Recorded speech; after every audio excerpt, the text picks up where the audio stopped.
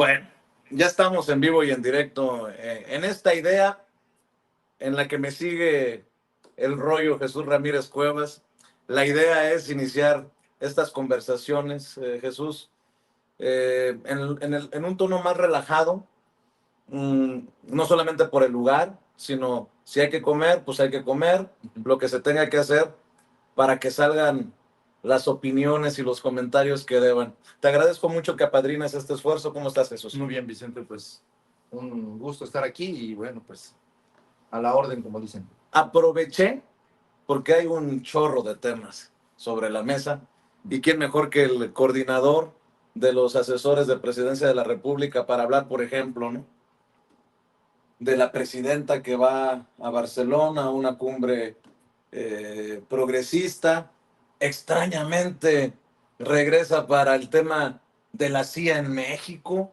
Extrañamente ocurren cosas pues que no habíamos percibido y me quiero imaginar que es porque hay gente muy enojada con lo que se está haciendo en México. ¿Cómo ves la cosa, Jesús? Muchas cosas en la mesa, ¿no? Bueno, la cumbre en Barcelona, pues creo que fue un acierto la participación de la presidenta. Hizo un discurso que tuvo un impacto en la opinión pública, tanto nacional como internacional. Eh, Reafirmó un liderazgo que ella ha logrado construir en el escenario mundial, no solo por digamos, la forma en cómo ha podido lidiar con Donald Trump, sino también de esta firmeza con la que, con mucha suavidad, defiende la soberanía. Y creo que su discurso sobre la democracia y la necesidad de que haya una justicia social, porque entonces, si no, no hay democracia, que es el centro, el corazón del pensamiento de la izquierda, pues fue bien recibido.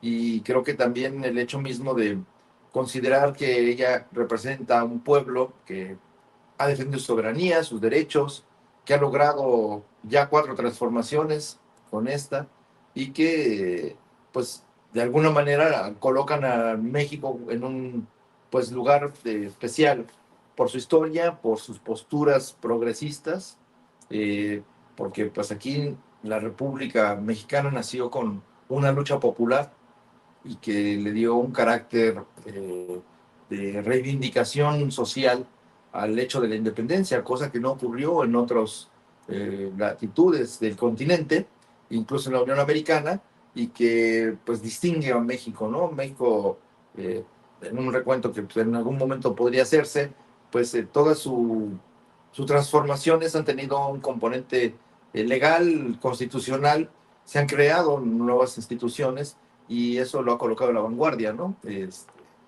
No solo porque aquí se ha defendido el derecho a una república con reconociendo los derechos sociales, planteando un proyecto de nación que considera las reivindicaciones a favor de la educación, digamos, de un trabajo decente, digno, etcétera, ¿no? De justicia para el campo, y ha sido las constantes. Por eso México, desde, le cuesta tanto a la derecha entender que por eso México no es conservador, a pesar de que en la pluralidad de nuestro país hay sectores conservadores, ¿no?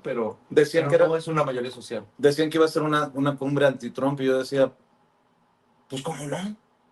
Pues sí, creo que estamos en contra del genocidio en Gaza, estamos en contra de la guerra contra Irán, estamos en contra de avasallar a los pueblos en sus propias tierras.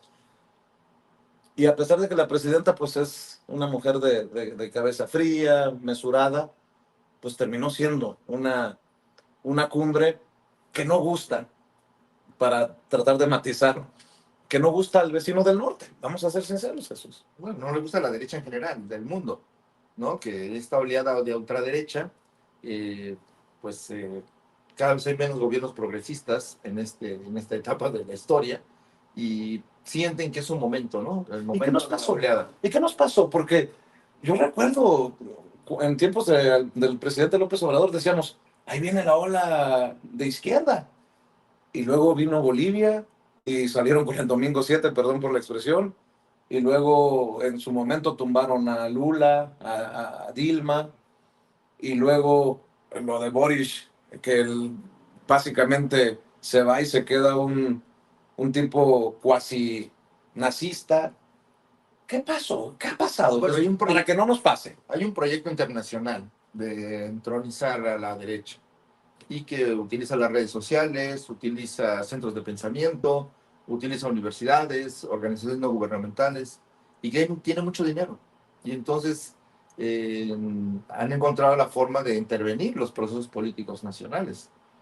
Esto ya es algo público, ¿no? Cambridge Analytica y sus intervenciones bueno, en decenas de elecciones en países donde ellos han influido en el resultado, manipulando la opinión pública, creando a partir de las noticias falsas, creando situaciones y que incluso hoy se precian hasta la salida de Inglaterra de Europa, el llamado Brexit, que fue una construcción de la ultraderecha. Entonces, ellos han ido construyendo una fuerza internacional apoyada pues, por personas que tienen estrategias y que han leído muy bien a los pensadores de izquierda.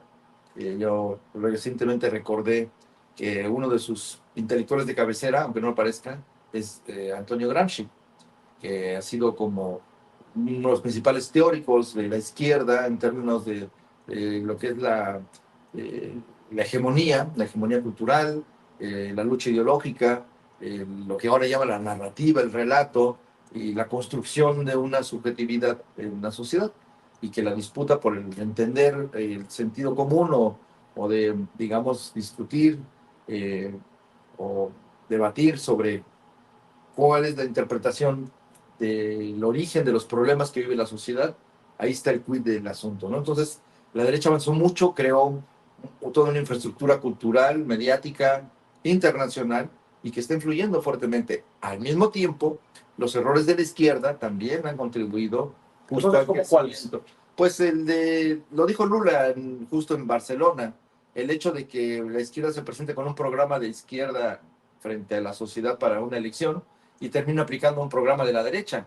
Es decir, en la época neoliberal, de alguna manera, a varios gobiernos, finalmente en Europa sobre todo, pero en el mismo Brasil en un momento dado, pues aplicaron políticas de neoliberales, tecnócratas, ¿no? Entonces, pues entonces la confusión es un poco la discusión que Andrés Manuel López Obrador habló sobre la inexistencia del centro político, ¿no? O sea que si tú te colocabas en el centro político, objetivamente estabas en la derecha, porque no estabas cuestionando el modelo económico, no estabas cuestionando el modelo social y cultural que supone el neoliberalismo, que es la privatización de todos los bienes públicos, el apoyo como única forma de creación de riqueza y de organización social a través del mercado, y que se dejó de lado pues lo que son los derechos sociales, los derechos de las personas y de las colectividades.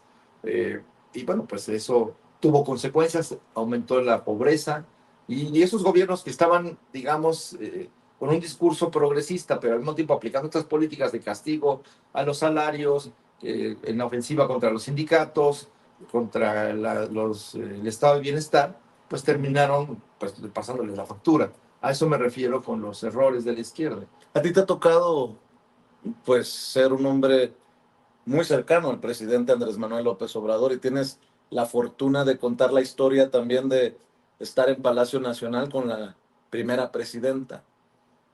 No sé si deba, no sé si sea prudente, pero pues de eso se trata el podcast.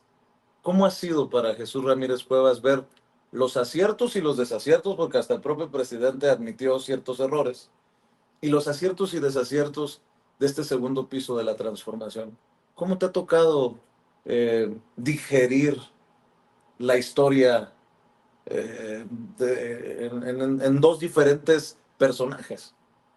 Bueno, yo creo que hay una, o sea, la historia de México dio un giro, ¿no? A partir del 2018, se rompieron los mitos que nos antecedieron en el neoliberalismo, del hecho de que no había una alternativa ni económica, ni política, ni social al modelo neoliberal, y creo que eso es muy favorable.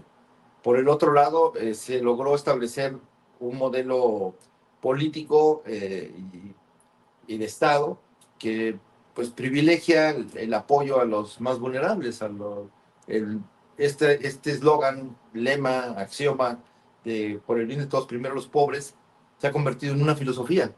Es decir, no puede pensarse que puede haber desarrollo, civilización, avance social, económico, mientras haya miseria, pobreza, hambre, ¿no? Entonces es importante que igualar la cancha para que mejore la sociedad. Eso es un pensamiento liberal de inicio, ¿no? Es decir, que la gente pueda contar con los mínimos necesarios para pues poder consumir, poder establecer una vida mínimamente digna y que eso tiene un resultado económicamente favorable para el mercado, para todos los sectores, ¿no? Entonces eso creo que es algo que el balance es muy positivo. El modelo de la economía moral que se estableció en México con la Cuarta Transformación ha dado resultados.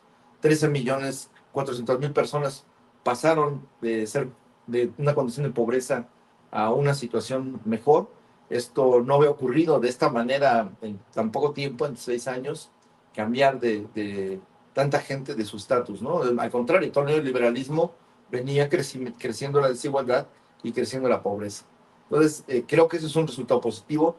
Otro resultado que me parece importante y que no se reconoce ni por la derecha ni por los economistas es el crecimiento de la clase media, que aumentó en 13 millones y que por primera vez en la historia de México la clase media es el sector mayoritario del país. O sea, recuerdo mucho los discursos de Salinas, de Fox, del propio Calderón, de Peña Nieto, de gobernamos para tener un país de clase media. Hoy tenemos mayoritariamente un país de clase media, pero eso no lo reconocen ni la comentocracia, ni la derecha, ni los académicos. Este es un hecho histórico y que pues deberíamos pensar que en qué puede servir para el futuro contar con este cambio de condición económica o socioeconómica de la gente y pues pensar en cómo poder fortalecer hacia el futuro esta situación, ¿no? Entonces, acrecentarla y pues necesitamos un país educado, un país que tenga una formación suficiente para ingresar al pues, los retos del presente, ya no son del futuro.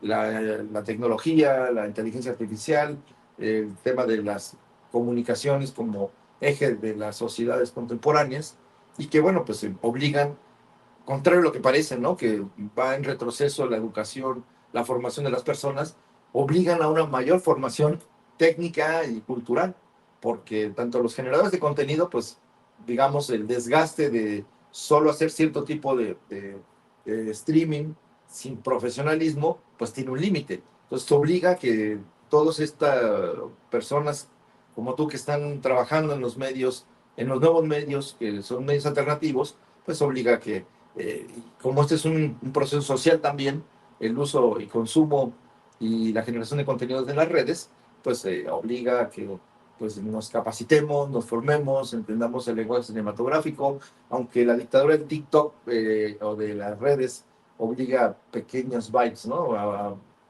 espacios de tiempo muy pequeños, pero bueno, son como haikus, ¿no? Entonces, entre menos tiempo, ya diría, mientras más breve, pues más rico, ¿no? Mientras más breve y puedas tener la oportunidad de expresar más cosas, pues mucho mejor.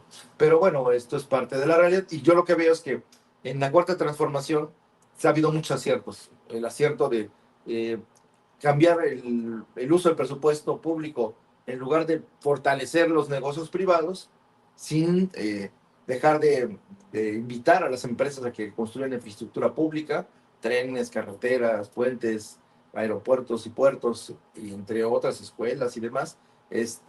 Al mismo tiempo, pues parte de esas ganancias que se desviaban pues, a generar fortunas, hoy se inviertan en la gente.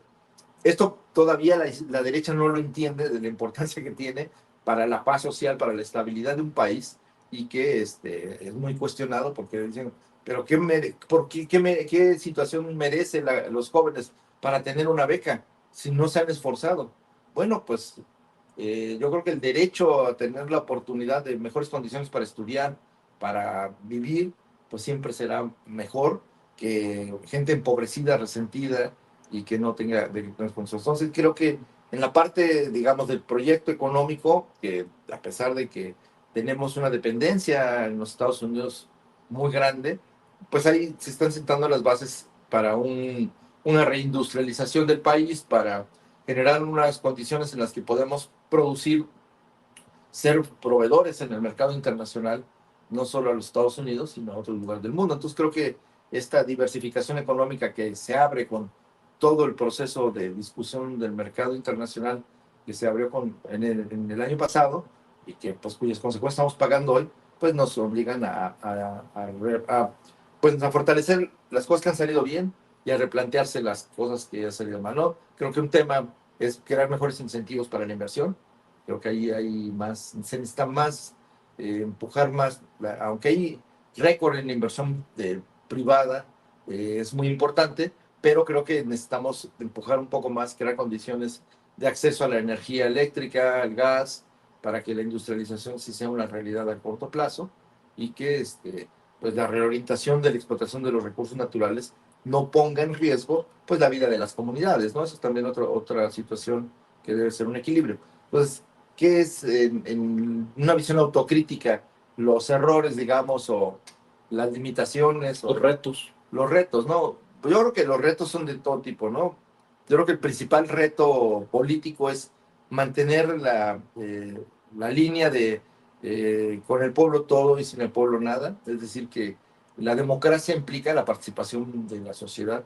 O sea, hay que empujar a que nuestra democracia sea cada vez más participativa, a que no solo a través del voto, sino de la constitución de figuras políticas también esté presente y que a su vez los líderes o las lideresas que pretenden representar la voluntad popular, pues se comprometan con verdaderamente con la gente, ¿no? Y Con el pueblo. de ese reto no se desprende un error también de la cuarta transformación, del segundo piso de la transformación.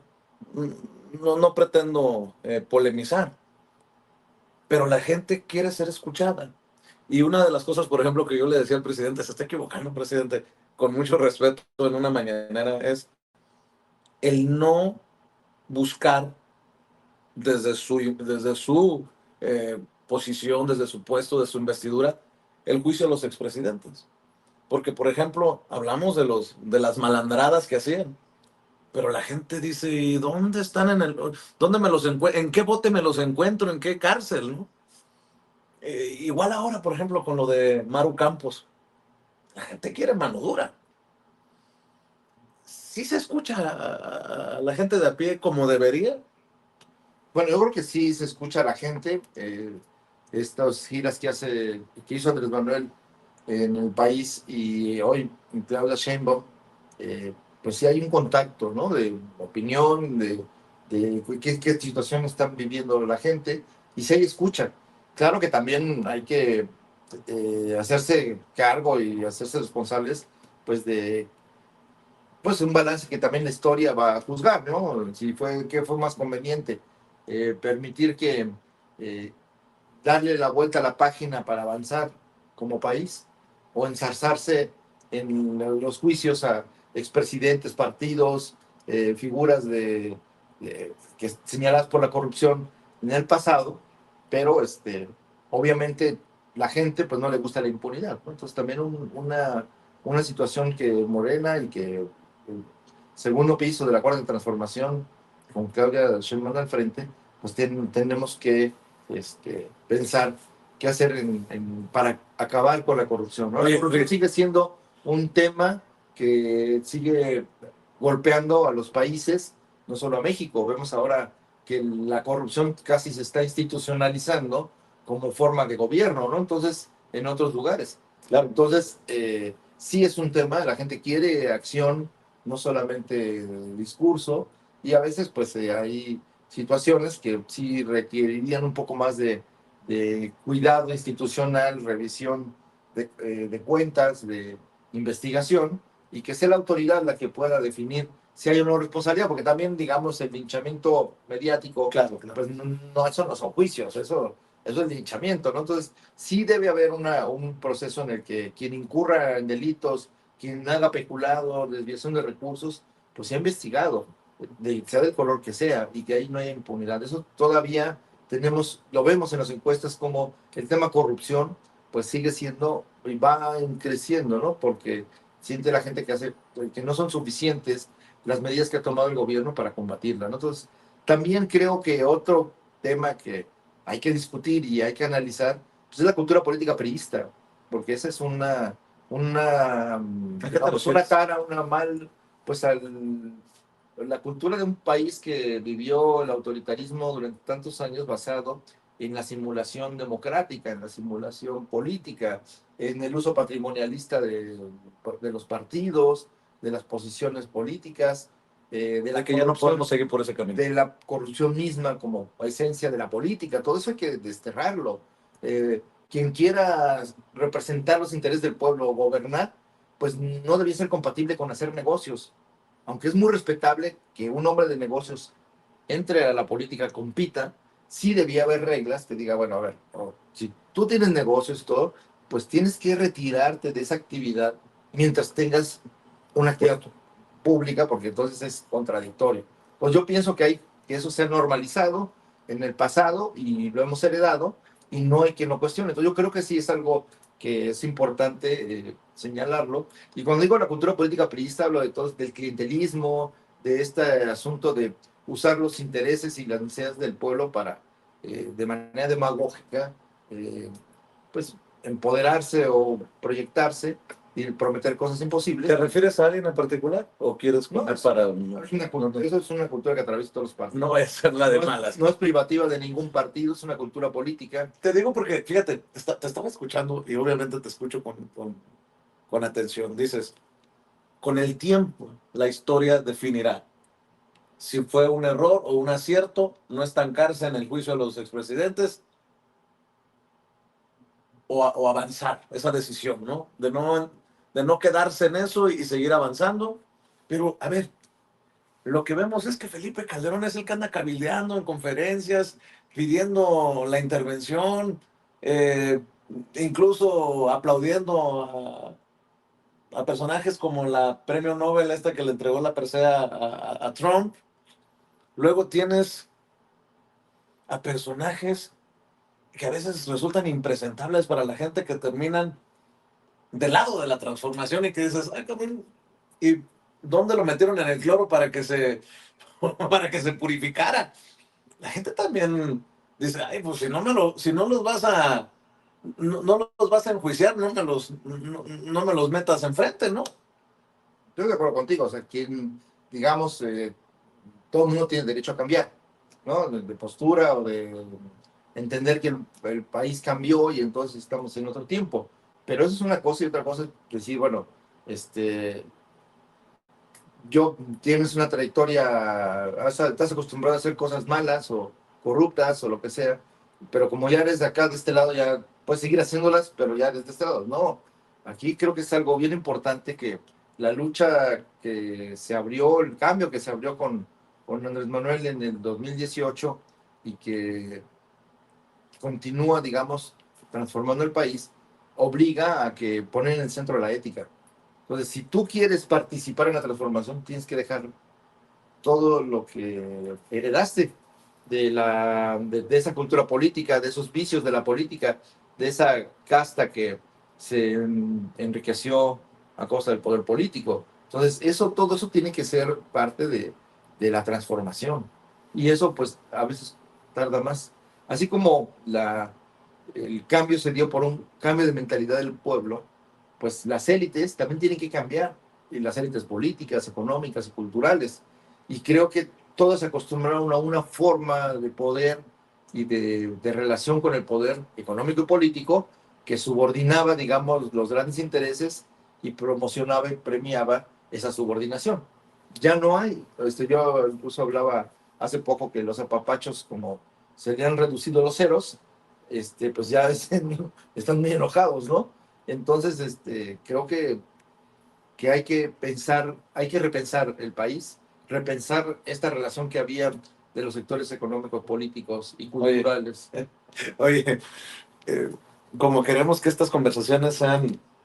por eso la onda esta de entre cervezas y mezcales no porque vayan a fluir las cervezas y los mezcales, sino porque un amigo me dijo, ah, cabrón, ese tema hay que platicarlo entre cervezas y mezcales, porque hay temas muy, muy cabrones. Eh, y otros que no son tanto, pero a mí me dan risa. Te lo he comentado en cortito. ¿Qué le hiciste a todos esos que dicen que eres nuestro patrón? ¿Qué traumados los dejaste? Que, por cierto, ¿te molesta que te diga bañagatos Salinas Pliego? ¿Usted cree que es una actividad nefasta o mala? Hay gente que se gana la vida honestamente Sí, en eso. detrás de eso hay una especie de homofobia, ¿no? Detrás, o sea, el señor que Ay, lo dice muy claramente o ha disfrazado y haciendo eco de una de las taras de esta sociedad, que es la homofobia, digamos, el sexismo, el oye, dicen que machismo encubierto. de la homofobia a salir del closet solamente hay un brinquito, así que cada quien es que se asuma, mi querido Pues sí, Jesús. no tengo ningún problema de ser una persona que siempre ha defendido la libertad sexual. Claro, eh, y eso pues no me convierte ni en malo, ni en bueno, ni en azul, ni en verde, ¿no?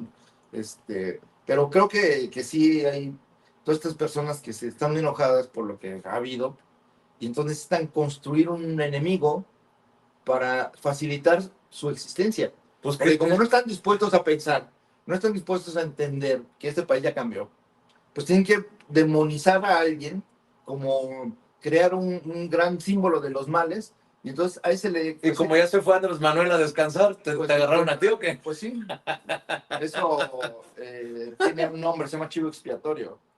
Así, Pero así te sientes.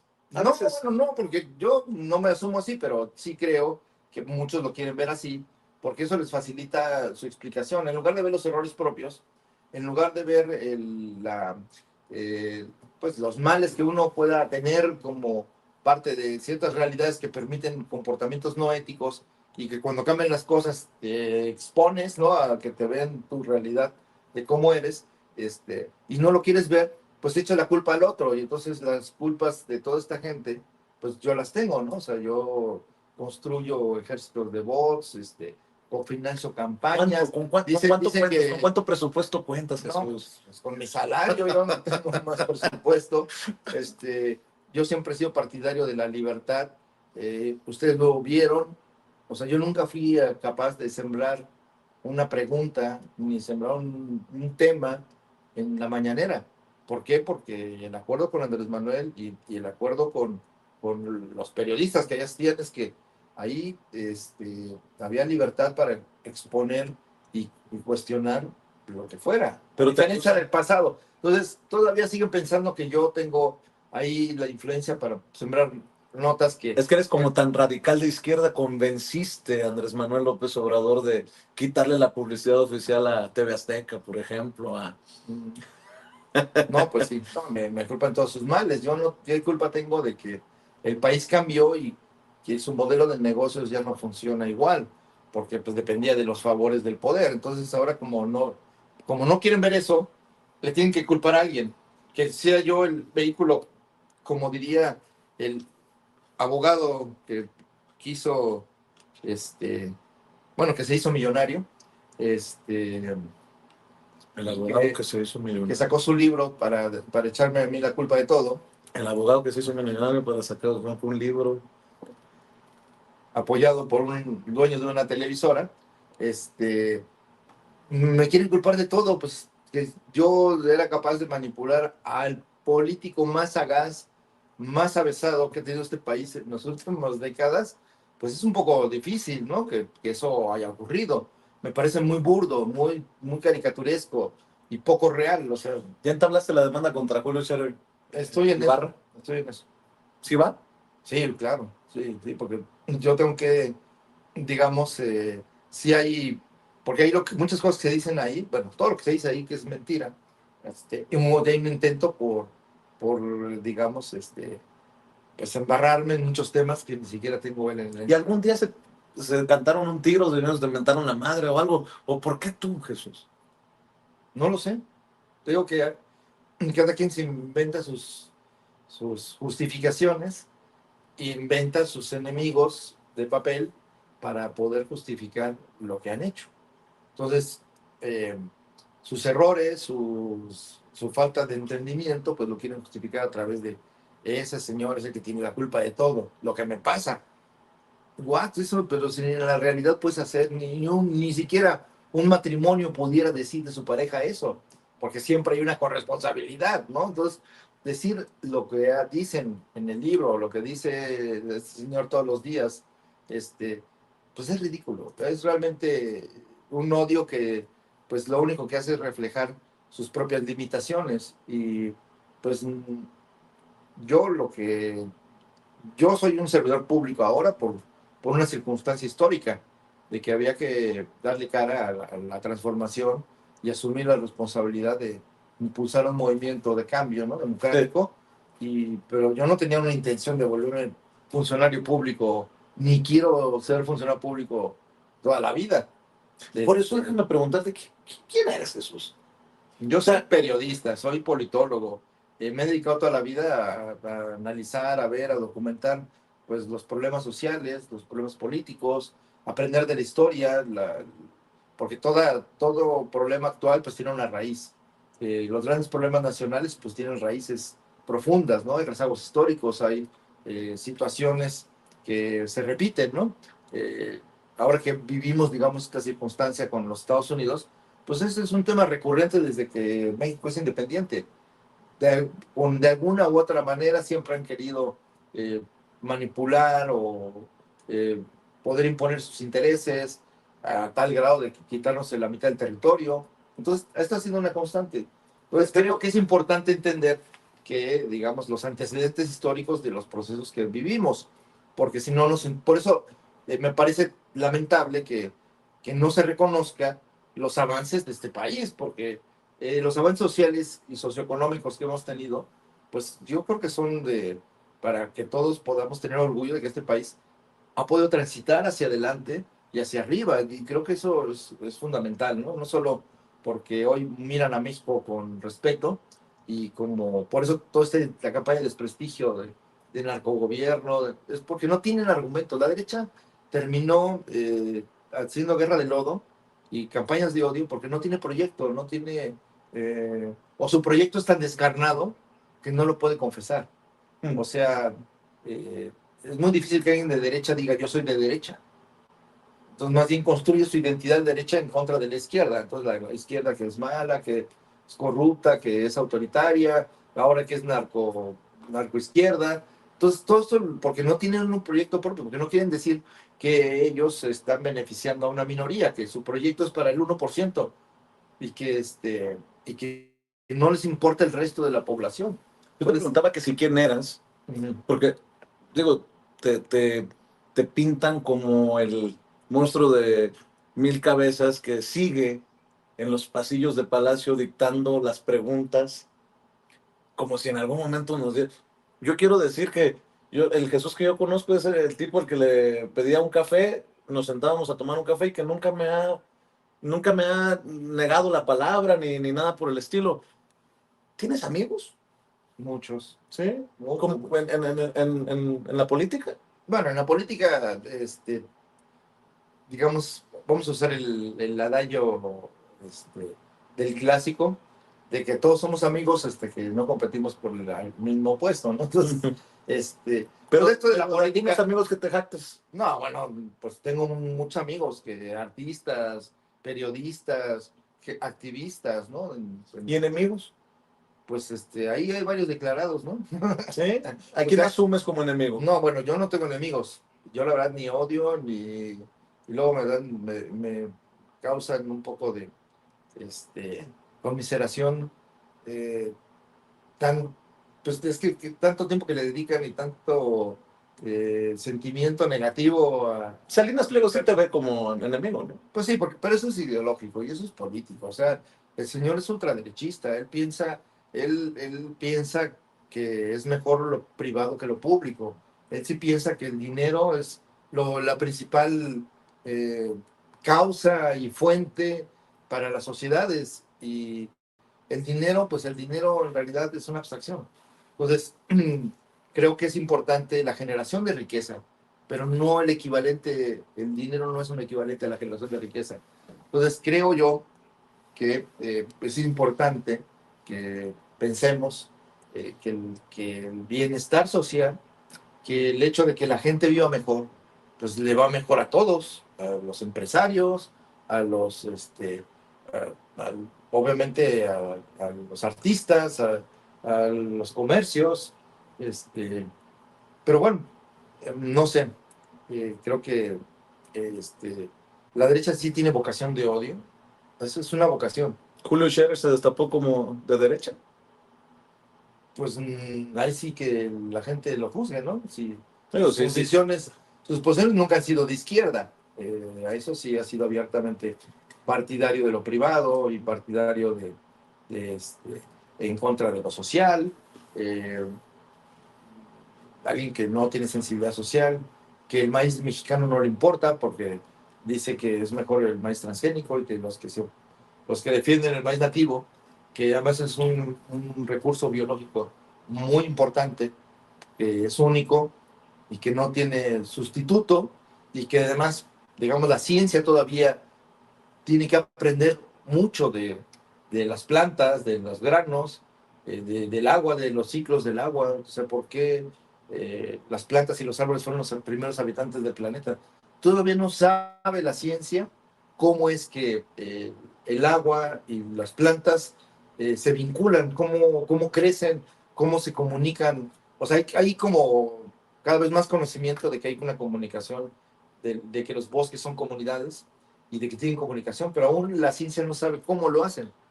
Ya saben que se comunican, que tú puedes matar un árbol y si te atacas aquí una especie, por allá a lo lejos mueren otros por causa de esta.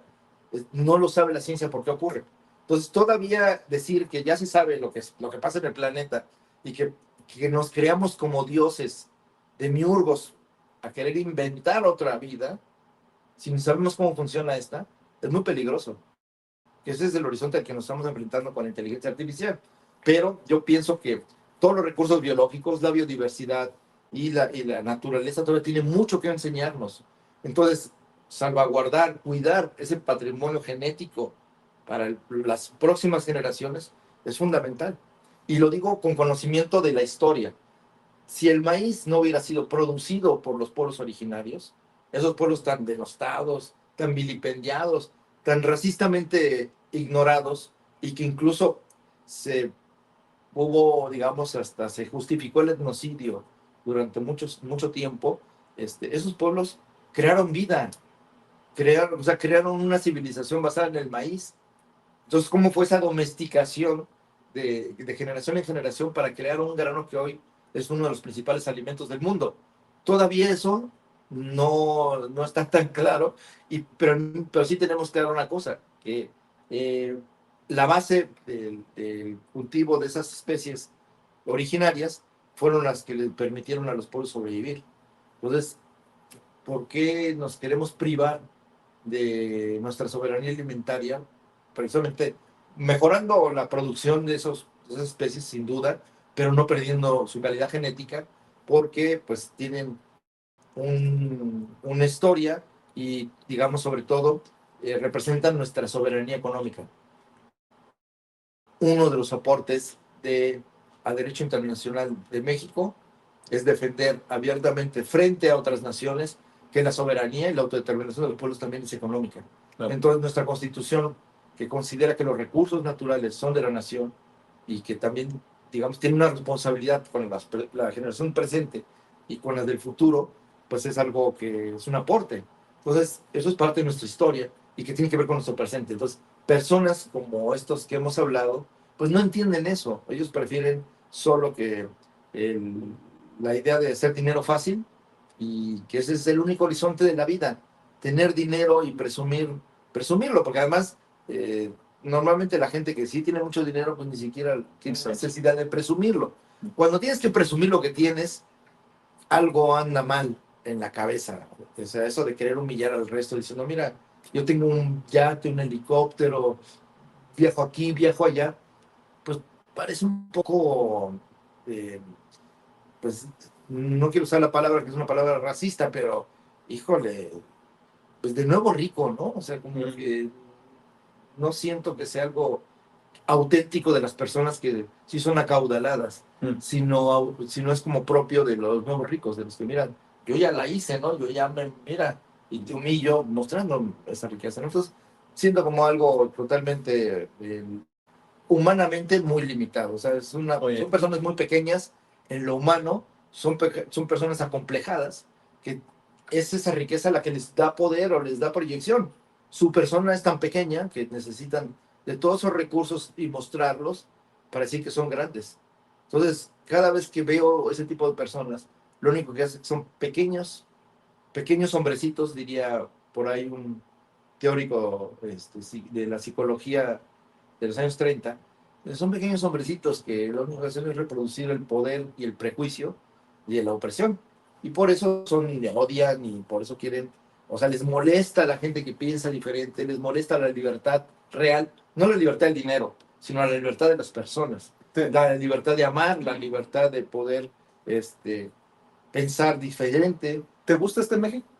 ¿Te gusta el México que ves? A mí me Te lo gusta, preguntaba. mi país me encanta, no viviría en otro país, porque conozco muchos países del mundo y pienso que este país es un país grande en muchos sentidos, es uno de los países más biodiversos, es uno de los países que tiene una pluralidad cultural muy rica y que todavía guarda muchos secretos por descubrir para el mundo entero y para el pueblo mexicano.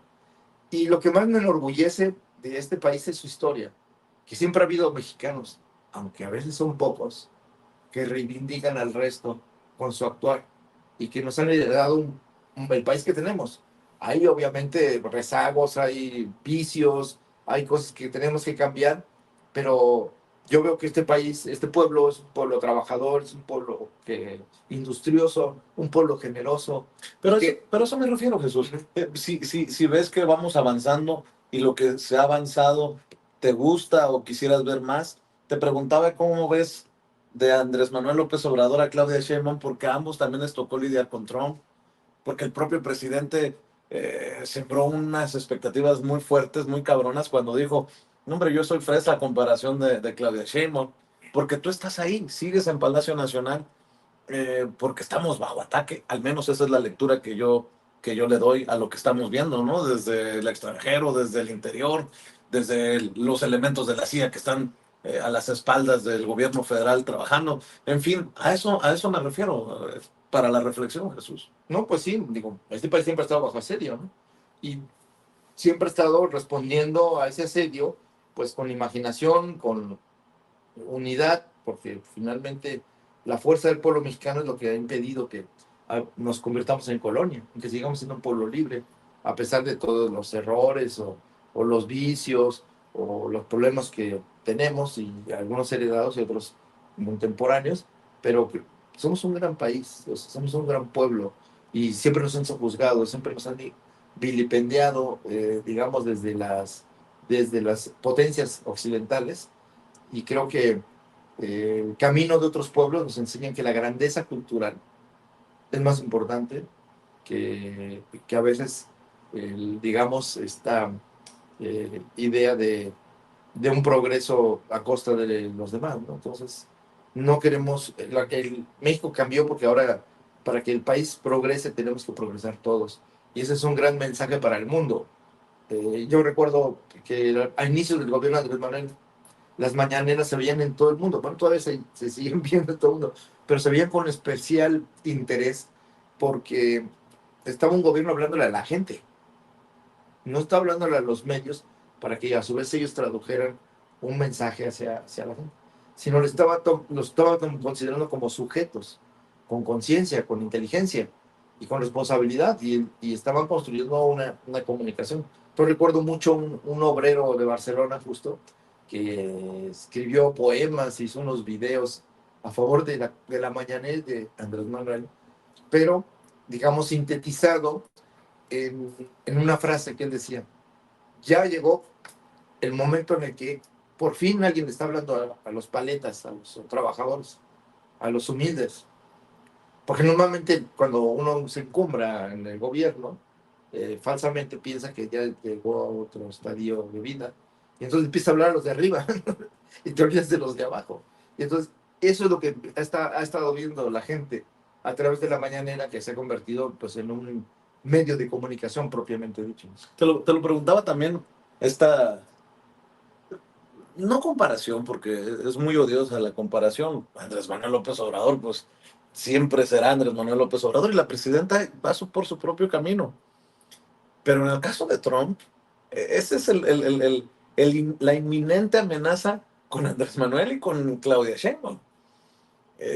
¿Ves algún peligro que nosotros no veamos ahora, por ejemplo, sabiendo que hay elementos de la CIA en suelo mexicano operando con uniformes de agencias estatales como la del panista Maru Campos en Chihuahua? Pero yo te decía que sí, hemos vivido una historia de asedio, una historia de buscar desde otras naciones, y particularmente los vecinos del norte, de incidir en nuestro país, de subordinarnos a sus intereses, de usar nuestros recursos naturales en beneficio de ellos, dejando de lado al interés del pueblo mexicano. Eso ha sido permanente, unos más, otros menos, unos con un discurso amable y otros con un discurso de guerra. Pero este es una amenaza mayor, un peligro mayor. Bueno, para el mundo, ¿no? Para lo que estamos viendo, este, pero yo creo que sobre todo es una situación que debe preocupar más a los propios estadounidenses, porque Estados Unidos que conocemos o que conocíamos es uno, esa potencia que fue construyéndose, ese imperio que se impuso, eh, que influyó en el mundo en el siglo XX y en lo que va del siglo XXI, y que pues vemos con preocupación que todos los valores, todos los derechos, todo el discurso a favor de la libertad de mercado, de, eh, este sueño americano, pues ya no se ve. Entonces sí preocupa que el giro hacia los antivalores y el de, en lugar de ser una nación abierta, ahora es una nación cerrada, una nación que ha vivido de la migración y ahora que estigmatiza la migración, o un país que presumió la democracia, o sea, el país que exportaba la democracia a otros países, ahora está poniendo en riesgo su propia democracia. Entonces, todo eso, pues, hace que pensar que sí es un problema para la humanidad, ¿no? Pues por la fuerza que sigue teniendo, por la fuerza militar que eh, expone, que pues siempre es una amenaza para todos los demás. Pero bueno, yo creo que también la humanidad ha avanzado y la conciencia contra la guerra también es algo mucho mayor y es universal. Y por eso la cumbre de Barcelona, fiel a todo este sentimiento antibélico, pues más bien es una cumbre de la paz, ¿no? Una cumbre a favor del diálogo y de la reconstitución de las instituciones y del derecho internacional. ¿Extrañas a Andrés Manuel? Bueno, pues yo creo que siendo un personaje que marcó la historia de México, o ha marcado la historia de México, o sigue marcando con su ejemplo la historia de México, pues si es alguien al que pues uno piensa, bueno, a ver qué en esta circunstancia qué haría Andrés Manuel. Pero creo que Claudia Sheinbaum ha, digamos, en este segundo piso de la cuarta transformación, ha logrado, pues, no solo llenar los zapatos, sino además plantear una perspectiva de futuro, y ese liderazgo pues es un liderazgo de nuevo cuño y que es donde nos hace no extrañar a Andrés Manuel. O sea, hay futuro, esto no depende esta transformación no depende de una persona, así sea la más inteligente o brillante o el político más sagaz o el líder carismático como dices, no, esto depende de un pueblo. Y ese pueblo va caminando y tiene hoy el liderazgo político que eligió y que creo que pues eligió bien, porque la presidenta nos ha vuelto y nos ha colocado en un lugar internacional muy importante, a pesar de todos los vaivenes y todos los costos que ha tenido la guerra económica, pues hoy tenemos un costo, hemos pagado un costo mucho menor que la mayoría de los países. Te lo pregunto porque muchas personas decían, yo soy obradorista, no soy morenista. Y hoy que estamos a estas alturas del partido, conste que no has comido, ¿eh? Porque está bueno, me desprecias porque vivo en barrio pobre.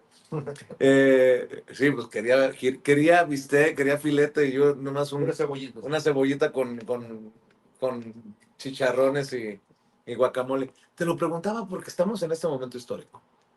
Y yo le digo a la gente, está bien, nos quejamos de Sergio Mayer, o para los que no les gusta el perfil, nos quejamos de incluso lo voy a decir ya, el director de la CONADE, este expanista Rommel Pacheco. Rommel Pacheco, nos quejamos de Rubalcaba como director del metro, nos quejamos de los Erubiela, de esta que fue candidata, ahora está en Amexit, está Alejandra del Moral, que todavía tenemos una investigación periodística que nosotros presentamos ahí abierta, ¿no? Pero les digo, y a ver, también apliquémonos, serenos, morenos. Ni modo que vayas a votar por el PRI o por el PAN. El PRI es una calaca andando, está a punto de perder el registro. Contrario a lo que algún día le pregunté al presidente, una reflexión sobre el que fuera el gran partido de México. Y él me decía, no, no va a desaparecer. Bueno, cada vez está más cerca del hoyo. El PAN, defendiendo el accionar de la CIA en Chihuahua, yo creo que son temas, son tiempos muy interesantes, porque pues obviamente ya deja de ser presidenta nacional de Morena, Luisa María Alcalde, va a regresar al gabinete, porque, porque la gente quiere ver los mejores perfiles, porque la gente está más metida que nunca. A pesar de que muchos dijeron, yo no soy morenista, soy obradorista, la gente está más metida que nunca. ¿Qué piensas sobre todo esto que te estoy planteando? Pues está muy bien que la gente siga atenta, que la gente siga vigilante y participando, porque la democracia que necesita este país es esa, la de un pueblo informado, de un pueblo crítico, un pueblo que vigile a sus gobernantes, que también sepa apoyarlos frente a la adversidad cuando están haciendo las cosas correctas, pero que también sepa señalar oportunamente cuando el camino se empieza a desviar, cuando hay actitudes o comportamientos que son contrarios a lo que se señala como parte de la transformación. Y entonces, pues, eh, yo, como te digo, o sea, el, el listón está muy alto para los morenistas y para la cuarta transformación. A algunos no les gusta, a algunos no les gusta que los cuestionen porque ostentan o hacen ostentación de su riqueza o de su capacidad adquisitiva.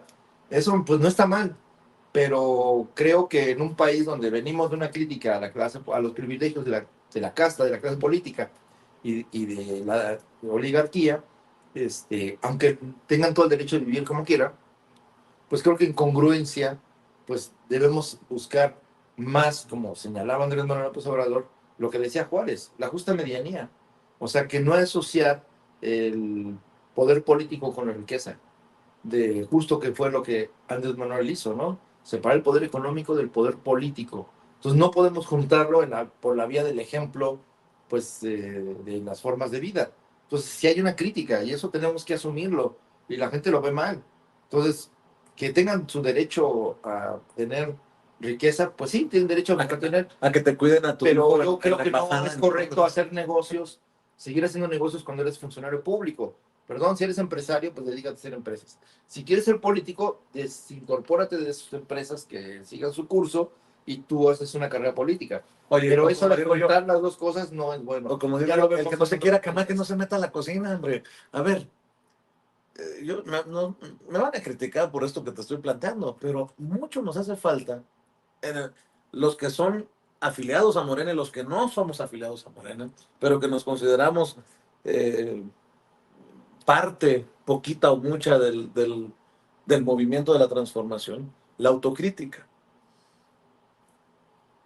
¿Le ha quedado de ver Morena como partido a Claudia Sheinbaum hasta ahora? Te lo pregunto porque en su momento yo dije, Morena no está a la altura del momento histórico con Andrés Manuel López Obrador. Siguen todavía dormidos en sus laureles en Morena, aunque me digan que tienen 12 millones de afiliados, aunque me digan que tenemos las gubernaturas en la gran mayoría de los estados. ¿por qué entonces siento como que la gente piensa que algo falta? Una tuerca, un algo, ¿no? Bueno, todos los partidos surgen por una circunstancia histórica y responden a ella. Y entonces su ciclo de vida depende de lo que le dio origen.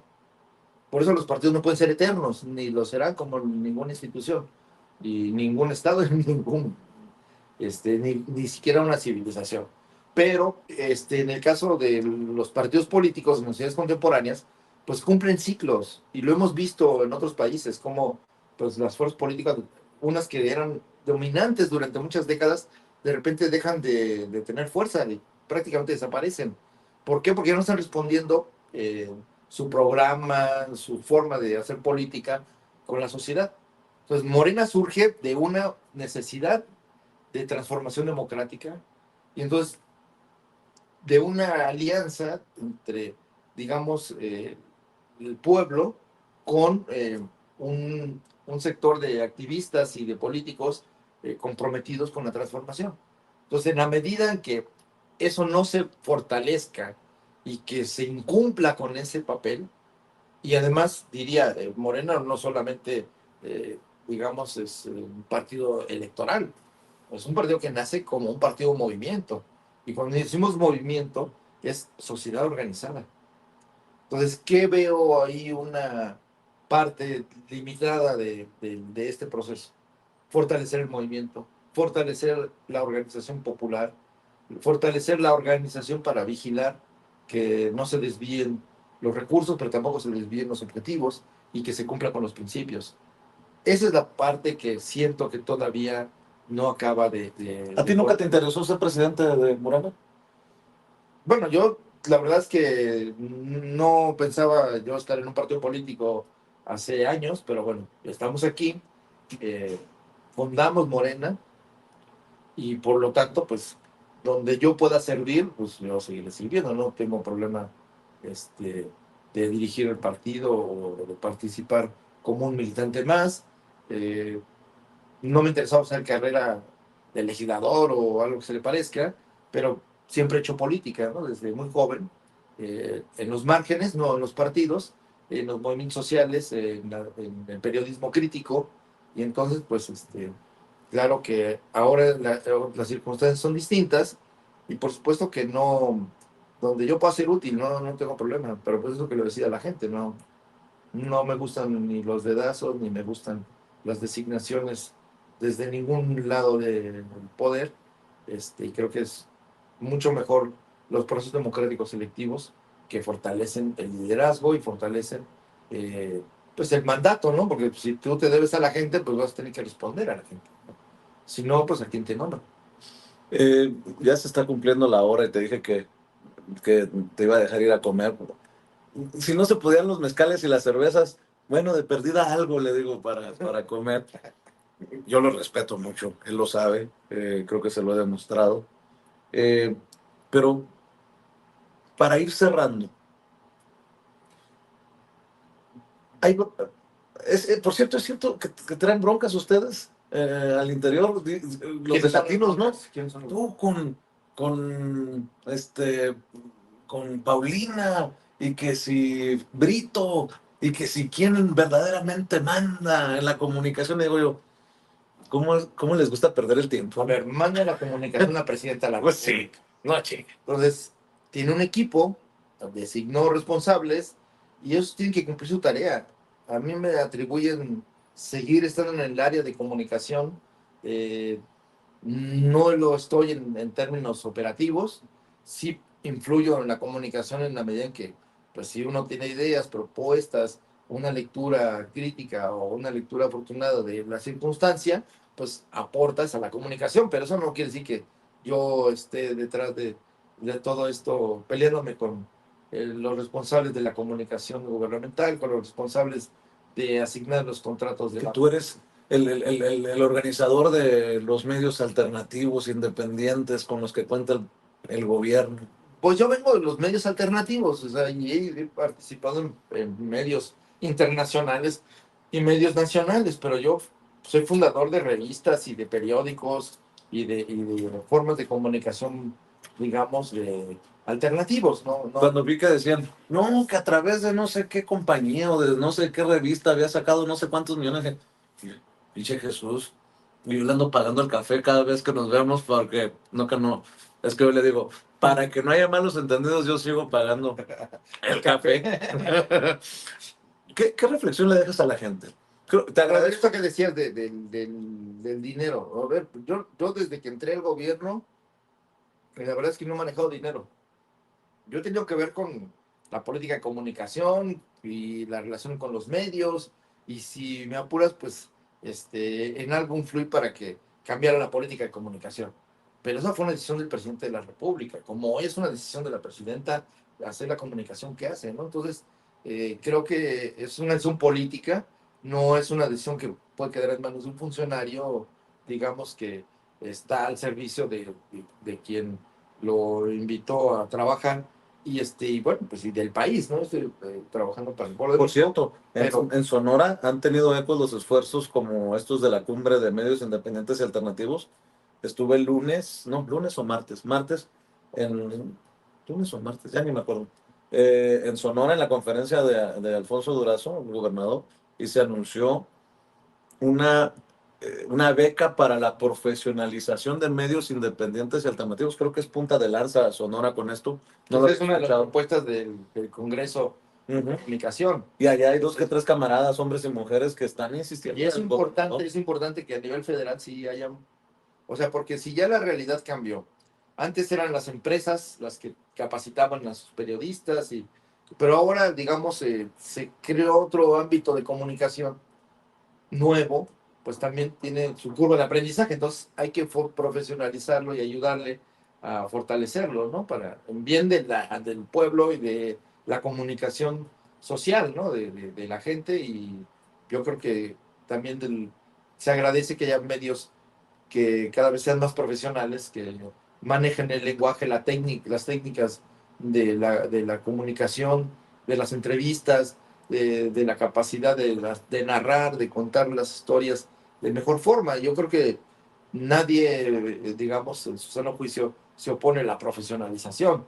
No porque demeritemos la espontaneidad y la capacidad, y que hay muchos talentos para hacerlo ahora en las redes, pero siempre se agradece que la técnica mejora esas condiciones, ¿no? Entonces el talento y el carisma, la simpatía, ¿no?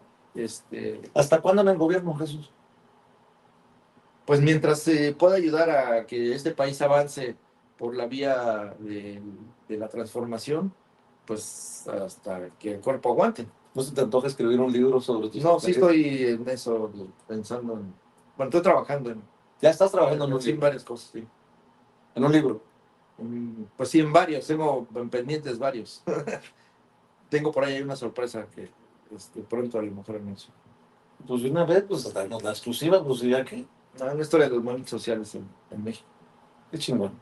Qué chingón. De Porque la mano de alguien también, que ya no está, pero que ahí está un texto. porque también han sido muy golpeados, muy maltratados los movimientos sociales por estos derechosos que Los usan la crítica de la gente para denostar al gobierno, pero ninguno de ellos se compromete realmente en sus causas, ni en la defensa ¿Y del cuántos han territorio, salido de la ni en lucha social? ¿Cuántos en la derecha? No, pues, no sé, muy pocos. Pues, Todavía tuvieron en los años 80 una parte donde los panistas eran, digamos, defensores de la democracia y hasta la desobediencia civil como una forma de intentaron, ¿no? Ese camino, Luis H. Álvarez y varios. Pero luego entraron en componenda con el PRI, se creó el PRIAN y se olvidaron de la gente que luchaba y se volvieron parte del mainstream, del poder y de la corrupción y del modelo neoliberal.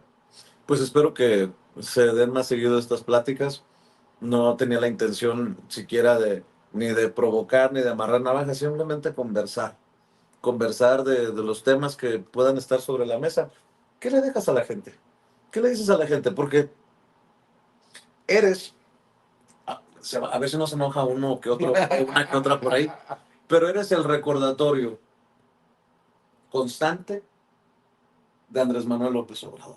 Okay. Yo no sé al final, eso solamente tú lo sabes, qué tan cercano o qué no tan cercano fuiste. Pero la gente te veía salir junto con él a las mañaneras. Sabía que, a ver, Jesús, búscame esto y se lo encontrabas. Y me queda claro que la gente sabe o entiende el papel que jugaste con el presidente. ¿Qué le dejas a la gente? Eh, Porque hay muchos despistados también que no se me Que vayan a seguimos en la decepcionar. lucha, o sea, yo me junté con Andrés Manuel porque veníamos luchando desde caminos distintos por lo mismo, que era por un país mejor, por justicia, por democracia y libertad, y por eso comencé a colaborar con su movimiento y construimos un movimiento nacional que logró el cambio. Entonces yo a eso me debo. Como te digo, las luchas no dependen de una sola persona, pero sí son importantes los liderazgos. Entonces yo reconozco el liderazgo de Andrés Manuel, que pudo unir a millones de mexicanos para lograr este cambio. Pero creo que ahora la tarea, en esos momentos en el que él decide retirarse, pues es una tarea que aunque la estafeta la toma la presidenta Claudia Sheinbaum, y lo hace muy bien, creo que le toca al pueblo de México hoy tomar la estafeta para apoyar a su presidenta, pero para llevar a cabo los cambios que hacen falta y de profundizar la democracia hasta el último rincón del país, hasta la familia. Pensar que pueda haber, digamos, esta igualdad, este compromiso con los demás, con los otros, que es parte de la democracia, porque no solo es un derecho, también es una manera de entender el mundo en el que todos somos corresponsables. Y entonces, ¿por qué no de empezar de la democratización de las familias, donde todos participemos en las labores del hogar, donde las tareas de cuidado no se les dejen solo a las mujeres, y donde también en la comunidad, pues participemos de manera como todos, uno más, pero uno más, bueno, son muchos, pues hacen muchas más cosas posibles, como lo ha demostrado la cuarta transformación. Entonces creo eh, que lo que le puedo decir a la gente es que no se deje, que se sienta orgullosa de su país, que ese es uno de los logros de la cuarta transformación, volvernos un pueblo orgulloso de lo que ha sido y de lo que es, y que nos lo podemos presentar en cualquier rincón del mundo como un pueblo libre, como un pueblo soberano, un pueblo con dignidad, pero que además es un pueblo trabajador, un pueblo que no está pidiendo conmiseración, está pidiendo respeto para poder llevar a cabo su propio proyecto, que esa es la herencia que hemos tenido de nuestros antepasados, de la búsqueda de un camino propio, no sin copias. Claro que el pensamiento es universal, las ideas se construyen en la humanidad, pero la forma en cómo se aterrizan, cómo se desarrollan y cómo se construyen es desde la realidad de cada pueblo. Entonces creo que somos un pueblo que ha construido cosas únicas y que debemos conocerlas para poder imaginar un mundo donde podamos contribuir a la humanidad con nuestra propia acción colectiva. Formas, instituciones, nuevos derechos, formas de pensamiento inéditas. Abrevamos de unas culturas, de una grandeza cultural de los pueblos originarios, que es nuestra principal ventaja cultural frente al mundo y que debemos aprender de ellos muchas cosas y cuyos valores, que parecen ser pequeños o insignificantes, en realidad son valores para la humanidad.